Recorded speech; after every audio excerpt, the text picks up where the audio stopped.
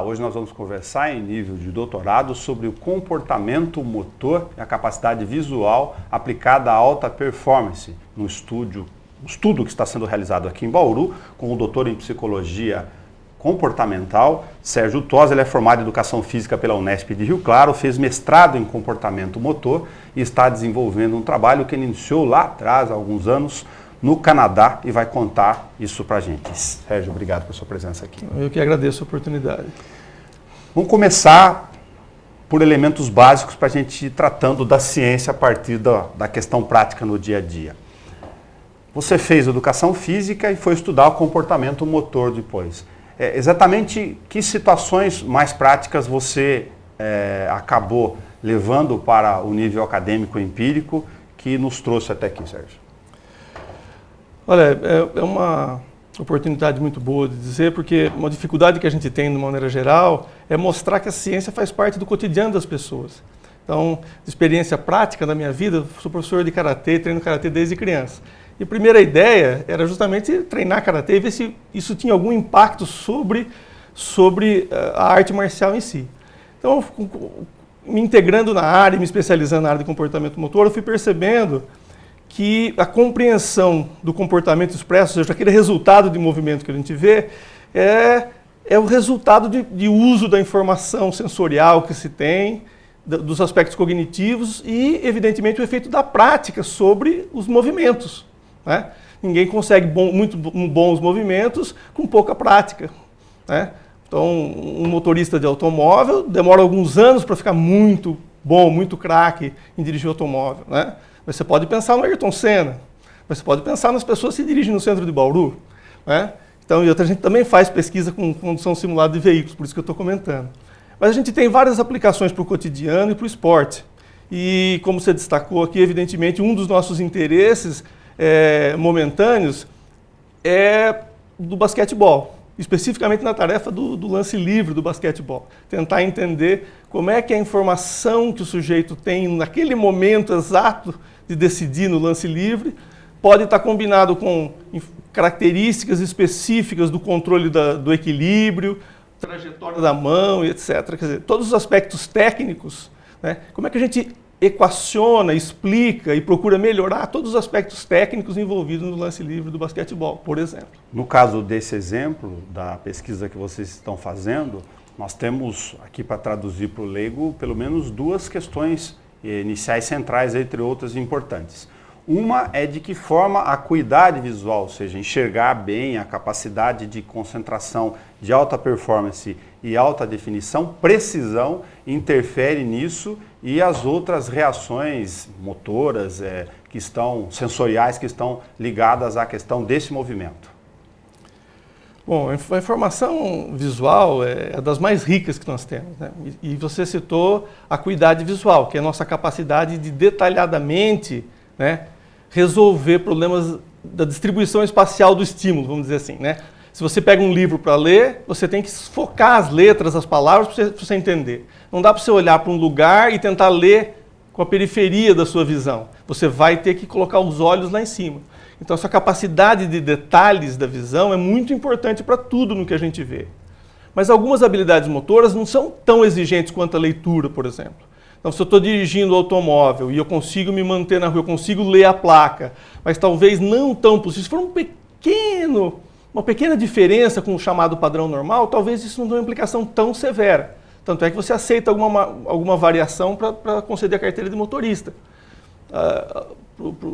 Então, dessa maneira, a visão sempre ela vai dar uma informação da distribuição tida como a percepção das coisas como elas são. Você tem informações de identificação distribuída no ambiente e de localização, aonde as coisas estão, e evidentemente a gente quer localizar melhor as coisas mais importantes para aquilo que a gente está fazendo. No lance do basquete, por exemplo, a cesta é um aspecto muito importante, né? Ninguém vai olhar para a plateia para jogar a bola na cesta, não é? Assim, brincando, né? Evidentemente, mas a gente está olhando esse detalhe, né? Nós estamos falando aqui de uma fração de segundos ou milésimos aqui, pensando na questão do lance livre, em que o jogador profissional de alta performance tem essa fração de movimentos e definição do lance em que ele decide para que o seu arremesso seja com êxito ou ele bata no ar ou vá longe. É esse aspecto final que vocês estão medindo ou o momento antes da decisão do movimento?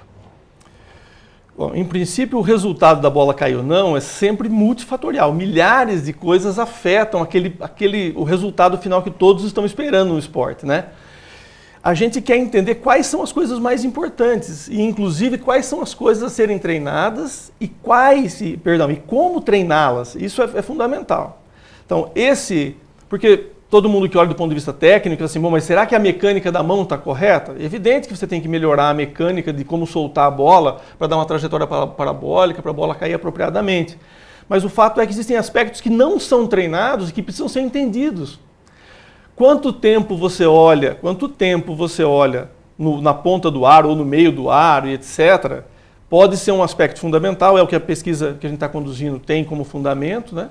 E evidentemente, você também continua sujeito aos outros fatores, mas se você treinar aspectos relevantes, você pode evoluir o seu resultado final. E é lógico que isso não é um cartão dizendo que nunca mais você vai errar um lance livre, mas você aumenta consideravelmente a chance de sucesso, uma vez que não dá para mudar a natureza das coisas. Mas esse é o esforço dos técnicos e nosso, do ponto de vista científico, é garantir fundamentos para que os técnicos possam trabalhar numa perspectiva avançada de uso da ciência em aplicações práticas, assim, sólidas, né? Não só assim, acerto e erro, né?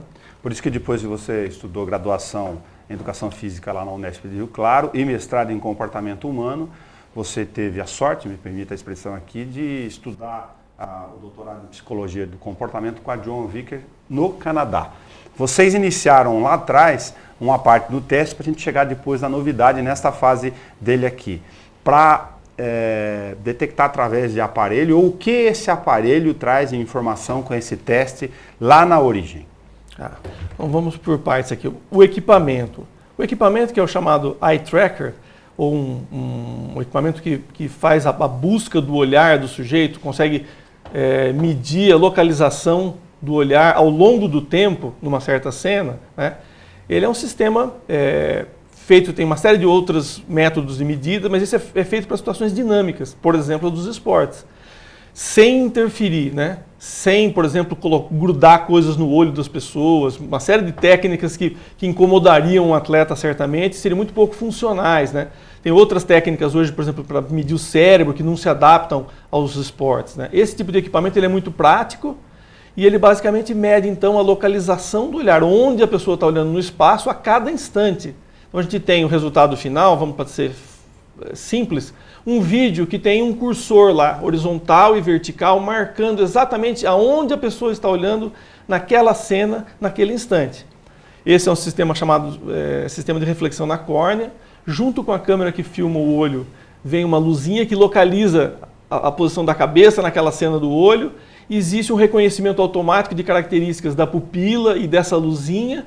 E aí, através de um procedimento de calibração, a gente tem uma acurácia de 1 grau de ângulo visual, que é uma acurácia muito boa, né, para conseguir descrever aonde a pessoa está olhando num dado lugar. É um equipamento rastreador do olhar? Exatamente. Essa a melhor tradução é de rastreador, né? Ele acompanha onde a pessoa está olhando por uma certa cena, né? Na pesquisa que você fez lá atrás, no Canadá, que questões iniciais vocês conseguiram aferir em relação a esse comportamento? Na verdade, quando a professora Joan Vickers publicou esse artigo original do basquetebol, eu estava fazendo meu doutorado, mas eu não participei do estudo do basquetebol. Ok. No meu doutorado eu trabalhei com tênis de mesa e a gente olhou características semelhantes num rally, uma resposta de tênis de mesa para a perseguição visual. Mas a gente olhou várias outras habilidades também ao longo do tempo. Se a gente for tratar, e é sempre lógico de forma leiga aqui, a questão com os atletas ou com aqueles que participam do esporte no dia a dia, pegando o exemplo do basquete, que é objeto de pesquisa, a gente no dia a dia, o peladeiro, conversa sobre, isso é movimento, o cara tem talento, ele faz repetição de fundamento, ele treinou melhor do que eu, além dele já ser bom naturalmente, geneticamente, fisiologicamente, da sua estrutura toda motora, de resposta visual, ele treina mais que os outros, ele conseguiu chegar a um nível de de performance bastante elevada, por isso é que ele acerta muito mais arremessos do que eu. A gente está falando de outras questões aqui no estudo. Isso, a gente está falando de outras questões, mas os fundamentos são os mesmos. Eu sou professor de aprendizagem motora para educação física aqui da Unesp. Então, a gente tem um esforço grande nessa direção do aprendizado. Então, no geral, qualquer pessoa, quando vai aprender uma habilidade nova, ela tem que definir o que ela vai fazer. Então, o aspecto cognitivo é muito alto. Você não sabe direito o que você vai fazer, você está tentando definir para você mesmo, é como se você estivesse conversando consigo mesmo. O que eu vou fazer? Para onde vai meu braço? Para onde vai minha perna? Agora eu vou chutar a bola, agora eu espero, agora eu não espero. E isso é natural de todo o processo. Rapidamente isso resolve, diferentemente entre as habilidades, e a coisa vai se automatizando. Não é completamente automática, mas é resolvido com uma velocidade muito grande. Então, do ponto de vista neural, atencional, todo o esforço que você tem vai diminuindo em decorrência da prática. Então, pega o caso extremo que eu falei do dirigir o automóvel, que é muito... No primeiro dia que você subiu no automóvel, você tem muita dificuldade de fazer o carro andar. Ansiedade, medo, não fazer mas pensa nas subtarefas, né, o esforço que tinha. E aí, passado algum tempo, muito bem aprendido, esse movimento não requer quase nada de atenção. Você nem sabe o que está acontecendo. No esporte isso também acontece assim, e a gente vê, evidentemente, os atletas de altíssimo nível com uma carga de treinamento altíssima também. O que, evidentemente, independentemente dos aspectos fisiológicos, que é outro problema, né, por uma outra parte da ciência. Mas do ponto de vista comportamental, o que se espera da prática e do aprendizado? Que você identifique quais são os elementos a serem treinados. Agora, você está falando de duas coisas interessantes aqui para a gente aprofundar um pouquinho, aproveitando a sua formação especializada. Quanto mais você treina um determinado tipo de movimento, vamos guardar aqui o lance livre para o basquete, que é objeto de pesquisa, como referência para as pessoas tomarem as suas curiosidades, menos esforço de todos esses elementos motores cognitivos você tem, mais ou menos do ponto de vista básico. Isso. Então melhora naturalmente a sua performance, por isso os treinos funcionais de fundamentos que têm resposta sim. Agora, alguns conseguem melhor do que os outros mesmo repetindo. Isso. Então, existe uma boa parte dos detalhes que as pessoas aprendem de um modo implícito, vamos dizer assim. Elas não têm completa consciência dos mínimos detalhes, mas isso não tem problema para o sistema. Uma vez que ele está fazendo tudo o que o sistema precisa, então você olha num atleta de altíssimo nível, no melhor arremessador de lance livre do mundo, ele já capturou uma série de detalhes da execução que ele não precisa, porque saber descrever verbalmente é uma parte da história, executar é outra parte. Tem teorias que explicam muito claramente que a gente divide, inclusive, trajetos neuronais da informação visual até o cérebro. Um lado está cuidando do controle da ação, enquanto o outro está cuidando mais dos aspectos perceptuais. Isso quer dizer que a percepção é importante, mas o controle da ação não necessariamente precisa estar completamente consciente para o sujeito. Então veja bem, quando você quer fazer melhorar uma característica, por exemplo, pegar atletas de alto nível e fazer eles melhorarem as estatísticas de lance livre, por exemplo, você vai ter que resgatar qual um elemento essencial, e nesse caso a localização do olhar, que é o aspecto do olho quieto aí, do olhar focado na cesta, é que deve tornar mais consciente, e particularmente a duração. Então, no momento final, se o sujeito porventura está ficando pouco tempo, ele gasta mais tempo lá, para conseguir ajustar, digamos assim, suas redes neurais, sua atenção e o controle do movimento para fazer a bola cair, esse aspecto vai ser incorporado na rotina de treinamento e ele vai mudar o padrão geral de execução dele, passando a aproveitar mais aquela dica em particular oriunda da localização do olhar com um tempo aumentado num aspecto essencial que seria o aro. Já que eu citei a questão dos treinos de fundamento, você estava falando com a gente aqui dos fatores externos, emocionais, sensoriais e físicos, lógico, que estão envolvidos nesta ação. Sem dúvida. Então a gente não vive no vácuo, né? Então eu estou aqui concedendo a entrevista, né? E dada a minha pouca experiência comparada com a sua, evidentemente eu estou mais ansioso do que você na nossa conversa. A gente treina para isso, né? Eu também, ao longo da minha trajetória, também já treinei, mas não tanto quanto você. Isso repercute nos atletas da mesma maneira. A exposição à situação de estresse, ela é treinável e contornável. Mas do ponto de vista científico, não adianta só constatar. A gente quer entender por quê, de onde vêm os efeitos. E qual, em particular, não é só a ansiedade no geral, o nervosismo no geral, mas o que isso tem efeito sobre o controle dos movimentos. Porque não é um nervosismo genérico. Então, do ponto de vista do processamento da informação visual, que é o que interessa para a gente, o que você espera? Então, existem inclusive características de personalidade associadas com como nós processamos a informação sob estresse e alta ansiedade. Então, para tentar deixar o mais simples possível, né, existe uma característica que faz a gente processar a informação, é como se fosse assim, chama reinvestimento. Isso é uma teoria de reinvestimento que diz assim, existem pessoas que tendem a ser mais reinvestidores, mais fortemente reinvestidores e outras menos. Essas pessoas, elas tendem a deixar muito mais, quando você tem que consertar, quando você está em ansiedade, você quer resolver um problema, você deixa ele muito mais consciente, repetindo aquele caminho consciente. E isso pode ser muito degradante para a performance. O cara de alto nível, ele não precisa de consciência, mas você vai ficar pensando no movimento que você faz bem, sem consciência. Então, esse sem consciência também tem que ter tomado com cuidado. Não é zero de consciência, o cara não é uma máquina que ele não sabe o que está acontecendo. Ele só presta menos atenção para fazer as coisas de altíssimo nível, porque ele precisa de atenção para outras coisas. Eu ia chegar na palavra aqui que a gente usa de forma leiga no dia a dia, mas em determinado modo ela pode ser científica também, que é o que a gente chama de concentração. Exatamente. Essa medida do movimento dos olhos é um jeito comportamental, cinemático, vamos dizer assim, de medir o foco atencional da pessoa. Então, é uma medida assim, cheia de detalhes, a gente tem que tomar muito cuidado para trabalhar com ela. Porque, no geral, a gente sabe que o olhar acompanha o foco atencional nosso. Existem várias teorias de explicação, né, de como funciona a nossa atenção visual. Então, geralmente, para onde eu estou olhando, do ponto de vista visual, é onde eu estou atento. Mas todo mundo sabe que eu posso estar olhando para a câmera aqui e prestando atenção na sua fala, por exemplo. E aí o importante passa a ser a informação auditiva e não a visão. E por aí vai para todos os sentidos, e mesmo dentro da informação visual você tem características assim. Quando você quer enganar um sujeito, quando você vai cobrar o pênalti, você olha para um lado do goleiro e chuta para o outro. Então você pode ter estratégias, inclusive, de combinar o olhar. No geral, existe assim, quando você muda o olhar, existe evidência neurofisiológica, neural, que mostra que você necessariamente muda a atenção junto com o olhar. E aí depois, se você deixar ela escapar, ainda tem matéria de debate, mas você necessariamente precisa. Então existe um vínculo entre o movimento do olhar, ou seja, essa medida é um bom indicativo atencional. Você pode medir uma série de coisas, a gente mede, por exemplo, quanto tempo dura uma fixação. O sujeito fica lá parado olhando, aí ele muda, é um movimento sacádico. Tem toda uma dinâmica e uma matemática para dizer quantos milissegundos o sujeito ficou, conseguiu extrair informação, não conseguiu, mudou, com que velocidade muda.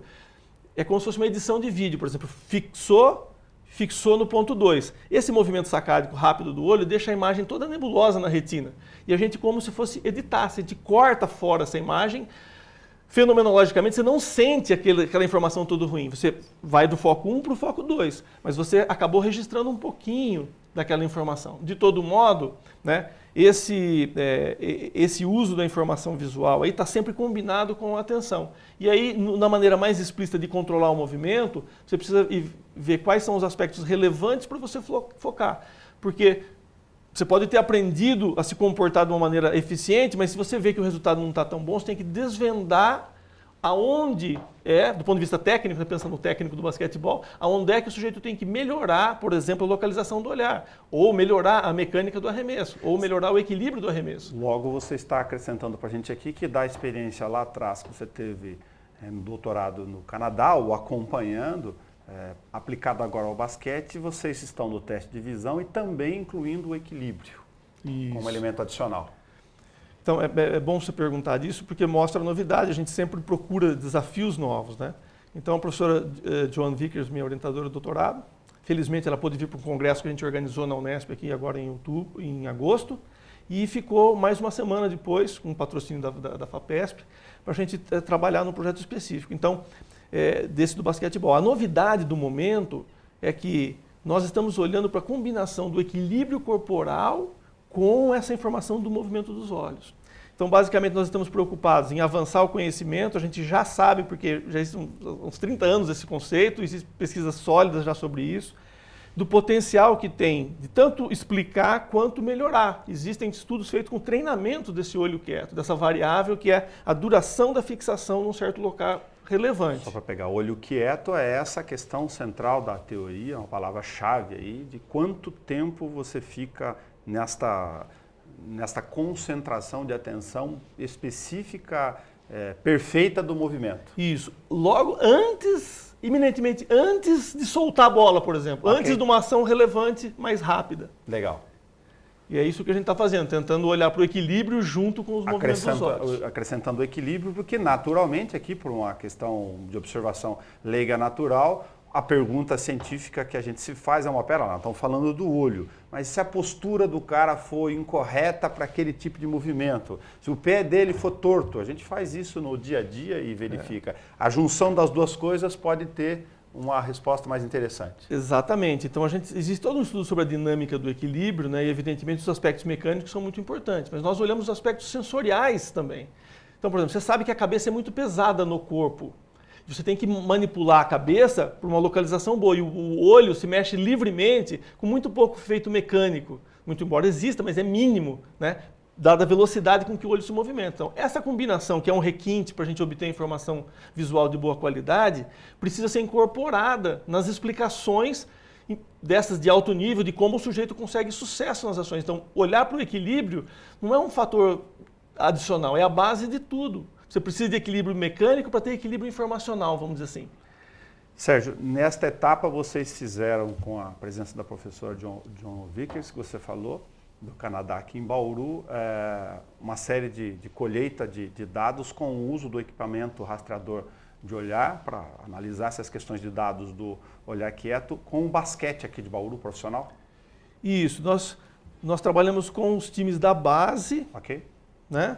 Com o técnico André, no sub-19, sub-17 e 16. Nós avaliamos o lance livre nessas situações, medindo o equilíbrio e o movimento dos olhos de aproximadamente 30 atletas, e nós estamos no processo de analisar esses dados. Então a gente tem todas as características, então a gente ficou com a doutora Vickers fazendo um treinamento de detalhes de como, porque a gente quer uma análise exatamente perfeita, igual a que ela fez, para que a gente possa adicionar a novidade do equilíbrio, para que a gente não tenha diferenças no método, né? Para que a gente consiga então incluir essa variável de equilíbrio e ver como é que essas coisas estão combinadas, como é que o olhar do sujeito no lance livre está combinado com o controle da postura. Essa é a novidade, então a gente passou boa parte do tempo trabalhando nos aspectos metodológicos dessa análise, e agora os alunos, tem alunos de doutorado, de mestrado, e até de iniciação científica, né, quem está na graduação, estão fazendo esse trabalho de processamento de dados. A gente espera até o final desse ano, mais alguns meses aí, ter todos os dados analisados, porque é muito número, você não faz ideia a quantidade de número que uma tentativa traz. Eu imagino. Você tem uma sistemática de planilha dessa questão dos dados, de compilação disso, para a gente ter ideia de que como vocês interpretam ou colocaram a organização desses dados todos para interpretá-los depois? O que a gente faz, assim, todos os dados que a gente tem são contínuos, são digitalizados, mas são contínuos. E cada equipamento tem uma frequência específica. Então, por exemplo, a gente usou plataforma de força a 120 Hz. Ou seja, significa que a gente tem o dado do centro de pressão do sujeito sobre a plataforma, que é um pontinho lá, a projeção do centro de massa, o equilíbrio da pessoa, por segundo, 120 números de coordenadas horizontais e verticais. Muito dado. Para uma situação. Para o olho, é 60 Hz, 60 vezes por segundo. Mas cada um executou pelo menos 10 vezes. Para 30 sujeitos, né, 300. Então você imagina o volume de dados. E a gente tem todos esses dados gravados em vídeo também. Porque você precisa separar as fases do movimento do arremesso e combiná-las com os dados da informação visual. Muito legal.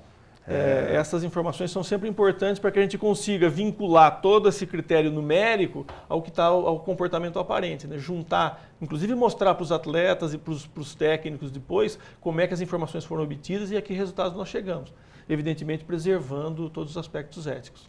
Nós temos uma noção errônea, leiga, então, sobre o que a gente considera sobre o reflexo? No geral, assim, a interpretação da noção de reflexo pode variar muito entre as áreas. No geral, na área de comportamento motor, a gente assume assim, para fazer uma coisa bem só com dois eixos, assim, vamos imaginar que o reflexo mais simples possível, né, tipo monossináptico, que você bate no joelho, você dá um chutinho, assim, que o médico vai testar a sua transmissão. Mal de Parkinson faz esse teste, motor de reação no joelho. Todo mundo faz. Então, esse tipo de movimento não é o que a gente estuda, não é um movimento voluntário. né? Então ele está definido pelo padrão da batidinha, o estímulo que define a resposta. Ok. A gente está interessado no padrão que tem origem cognitiva, que é voluntário e que o sujeito, evidentemente, no caso do basquete, aprendeu a fazer. Então, por quê? Esse movimento que é aprendido, ele não é estereotipado toda vez do mesmo jeito. Ele é adaptável. A cada vez que se executa, existe a velocidade da execução, o tamanho do movimento, quanto tempo ficou olhando, como é que foi o equilíbrio. As coisas variam. E o sistema nosso, perceptual e motor, está pronto para adaptar. Você imagina no jogo do basquete, se ele tivesse que executar todas as vezes do mesmo jeito. Então o cara marcando, ele tem que ir um pouquinho mais para um lado. Se não tem marcando, ele está subindo sozinho. Se ele está correndo, é de um jeito. Se ele está parado, é de outro. Se ele está de perto, é de uma maneira. Então todos os detalhes são resolvidos com facilidade por quem executa. A dificuldade é para o cientista explicar como é que o sujeito consegue perfeição na adaptação. Aparentemente, um arremesso é sempre a mesma coisa, existe um padrão, mas esse padrão é altamente adaptável. Então, e isso, quando você quer separar essa noção de reflexo, a gente está tendendo para o lado que é. Então, por exemplo, você gasta um tempo de reação para tomar decisões e não aparece automaticamente a resposta. Como você está falando em tempo de reação, mas de elementos de estímulo e do cognitivo aqui na questão, talvez por isso a gente tenha uma ideia aqui, sempre posicionando o leigo, lógico, vaga de que por essa razão algumas pessoas no dia a dia do amador, né, que vai jogar bola ou vai arremessar, poxa, hoje eu não estou bem, por mais que eu domine este movimento, eu sei que eu domino, hoje eu não acerto nada. Tem sentido isso do ponto de vista da psicologia? Tem todo sentido. O ser humano é altamente variável. Quantas horas você dormiu? Você está cansado, você está com outras características. Nem toda vez que você vai jogar futebol, você está com a mesma disposição de jogar. Essas coisas variam a cada vez. Está com o cartão de crédito estourado, pressão em Ao casa. mesmo tempo, apesar de querer jogar, está na melhor situação possível, está contente, dormiu bem, comeu bem, não está passando mal de nada, não está com uma unha encravada, não tem nada, nenhum problema. Mesmo assim, você está suscetível a esses detalhes que a gente está discutindo aqui. Você foi fazer e se desequilibrou um pouquinho. Você deixou de olhar onde você devia olhar. Você não viu que o cara estava do seu lado. Você deixou... Esses detalhes, essas sutilezas que evidentemente vão definir o sucesso ou o fracasso do sujeito a cada ação, né? É que estão... Justamente a graça do jogo é essa, né? Agora a professora John Vickers, você contava pra gente, ela trabalha, apesar disso, e por causa desses elementos que nós estamos comentando também, com um protocolo de treinamento. Não basta ir lá e repetir.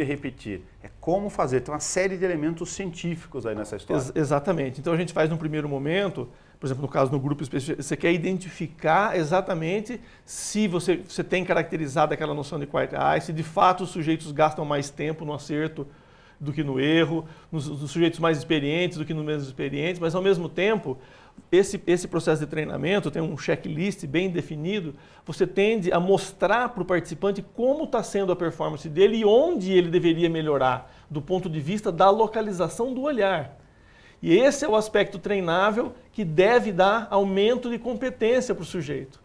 Ele vai, num primeiro momento, como tudo é aprendido, ele vai deixar isso muito mais consciente. E a partir do momento que ele incorporar essa novidade, ele vai gastando menos e menos atenção até que isso fique automático, né? Sempre voluntário, mas automático, porque vai requerer pouca atenção. E aí ele vai melhorar, no geral, a tendência a aumentar a probabilidade de acerto e as suas marcas no esporte. Outra curiosidade aqui, Sérgio, a gente está tratando, você falou que fez com o sub-17 e 19 do basquete aqui em Bauru. Se a idade influencia nisso, se um atleta tão perfeito quanto esse, mas lá na fase próxima do veterano, fala da vida útil, plena, física, e motora e talvez cognitiva do atleta também, não sei se isso tem interferência, mas se a idade influencia no que nós estamos comentando. Isso, essa é uma questão muito interessante, né? Então, eu vou responder ela em dois momentos que são importantíssimos, eu acho. Primeiro é o nosso reconhecimento que as coisas mudam ao longo do ciclo de vida. Então, a expectativa geral, que é um estudo do desenvolvimento motor, você espera que uma pessoa com 17, 18, 19 já tenha completado todas as mudanças mais significativas, desde o nascimento até aquela fase. Então, do ponto de vista funcional, ela é muito parecida com o adulto. Então, isso que leva a gente a concluir que, no geral, o sujeito não está dependente do desenvolvimento em si, mas predominantemente da experiência, da prática.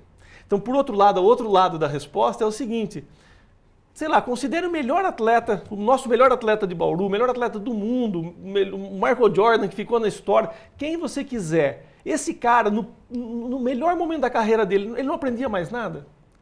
Esse cara estava tão perfeito. Então, existe uma noção que, assim, no geral, os atletas diminuem a variabilidade em tudo que eles fazem, por um lado. Tá. Só que eles são capazes de adaptar, isso também é variabilidade, para os requintes. Então, ao mesmo tempo que ele é muito consistente para fazer sempre a mesma coisa, ele é muito adaptável e variável para resolver problemas específicos que ele está acostumado. Isso quer dizer que o cara sempre aprende por melhor que ele seja. Então, quando você olha sub-16, 19, 17 e compara, por exemplo, com os melhores atletas nossos do profissional, você sabe que a ênfase da diferença está na prática. Por isso que eles apostam tanta energia, e é corretíssimo você ter bons times de base, porque a prática, né, não qualquer prática, mas uma prática orientada, buscando os aspectos centrais do que melhorar, vai dar competência para o sujeito chegar no profissional. A gente está falando sobre a questão leiga aqui, eu vou me permitir fazer um parênteses para comparar coisas do dia a dia. Eu gosto de ser falso cientista, como se seja um observador leigo. Quando a gente joga futebol no clube, a gente tem o craque, o cara que joga melhor, né, as características físicas de cada um, quem faz melhor cobertura, quem é melhor de explosão para a questão de jogar marcando, enfim.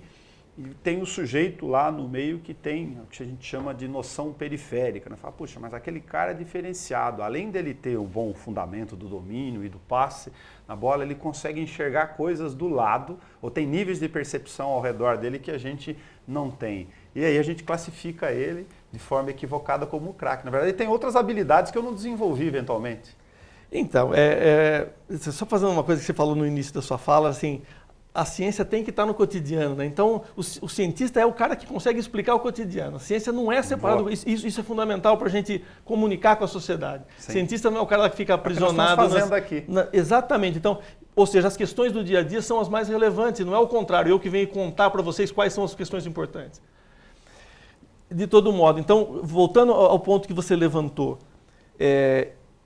como é que a gente sabe, então, assim, se pensar nas influências genéticas de cada um, as pessoas são muito variáveis e elas têm as contribuições, mas sempre o resultado do que ela faz é fruto da combinação da genética com o treinamento que ela tem. Com o meio. Então, por exemplo, se você medir uma pessoa que joga muito bem futebol, numas características gerais da percepção, pode ser que todos sejam iguais. Mas se você medir, por exemplo, numa situação de jogo, tomada de decisões dela com base na informação periférica, você pode ver aspectos que são diferentes porque são muito específicos. E isso certamente tem uma carga de treinado. Mas só porque treinou? Não. Sempre é a combinação do que o sujeito oferecia de potencial genético dele com o que ele fez, porque ele foi treinado para usar o potencial genético dele. É uma explicação altamente específica para ele, por isso que ele se sobressaiu. Então, a ideia geral que assim, ou é genético, foi herdado, foi a bênção dos céus, ou sei do que, pode contentar muita gente, mas do nosso olhar científico a gente quer identificar fatores, e não quer dizer que não é verdade o que as pessoas acham, quer dizer que a gente quer achar outros fatores que podem ter influência. E esses, os mais óbvios, são da herança genética e o da prática que o sujeito tem. E para agradecer a sua presença aqui, vou colocar uma outra questão leiga que me veio. Eu sou canhoto e eu estou com a caneta na mão direita. A professora, quando eu entrei lá no ensino fundamental, no prézinho, batia na mão esquerda, tocava, né, para não ser injusto com a expressão. E eu fui ter que aprender a escrever, do ponto de vista físico, com a esquerda. E sou canhoto jogando futebol, fazendo as outras coisas e tal. Tem uma série de ciências da questão da psicologia de comportamento que fala que isso gera prejuízo, a questão dos hemisférios, interfere no que nós estamos falando aqui. Tem sentido? Tem sentido. Veja, existe um controle cruzado, mas o que a gente sabe? Bom, no geral, para as pessoas que nunca pensaram sobre isso, as pessoas estão classificadas em destras, em sinistras ou canhotas, e ambidestros, que são padrões combinados. Sou falso ambidestro. Né? Combinados e tal. Então, existem, evidentemente, coisas que determinam socioculturalmente o que você vai fazer. Então, se numa dada época você não podia escrever com a esquerda porque não era bem visto por algum motivo, você foi forçado a praticar de um lado. Mas vamos pensar um outro lado. Se porventura, por infelicidade, você quebra um dedo, você machuca o braço e você tem que ficar imobilizado. E se a gente não tivesse na época do computador, pudesse conversar com o computador, você ia ter que escrever as suas notas com a esquerda. Quanto tempo você demoraria para conseguir isso? Estou brincando aqui de escrever o meu nome com a esquerda. Com a esquerda. Ele escreve, e eu garanto que em relativamente pouco tempo você reaprenderia, digamos assim, porque você tem as coisas cognitivamente prontas. Muito embora você tenha controle cruzado para os lados e todas as características neurais do controle dos movimentos, mas você tem o grosso dos problemas cognitivos e perceptuais resolvidos e você só tem que adaptá-los, digamos assim, à prática do lado do membro não preferido. E isso resolveria o seu problema por 1 ou 2 semanas aí de gesso ou coisa assim. Sérgio Tosi, muito obrigado por ter trazido aqui. Já fica o convite no ar para você retornar aqui na TV também, multiplataforma com a gente pela internet e na Rádio Câmara, para que a gente entenda um pouco mais, ou faça uma leitura científica com você desses resultados do olho quieto depois. Nossa, então eu gostaria muito de agradecer a oportunidade, divulgar o trabalho da Unesp, né, a Faculdade de Ciências, do Departamento de Educação Física, e essa é a nossa função, né, como agente público, de levar o conhecimento que a gente dera dentro da universidade, não só para os alunos, graduação, pós-graduação, mas para toda a comunidade. E convidar a todos a conhecer o departamento, a nossa praça de esportes, né? Então, a gente está à disposição para mostrar mais para os interessados como é que vão as nossas pesquisas, e vocês estão mais que convidados para aparecer por lá e conhecer o nosso laboratório. Muito obrigado. E a gente deixa para você o recado que você pode assistir esse programa a hora que você quiser na internet. É só digitar TV Câmara Bauru no YouTube em vídeos para você poder aproveitar a nossa contribuição aqui. Até o nosso próximo encontro.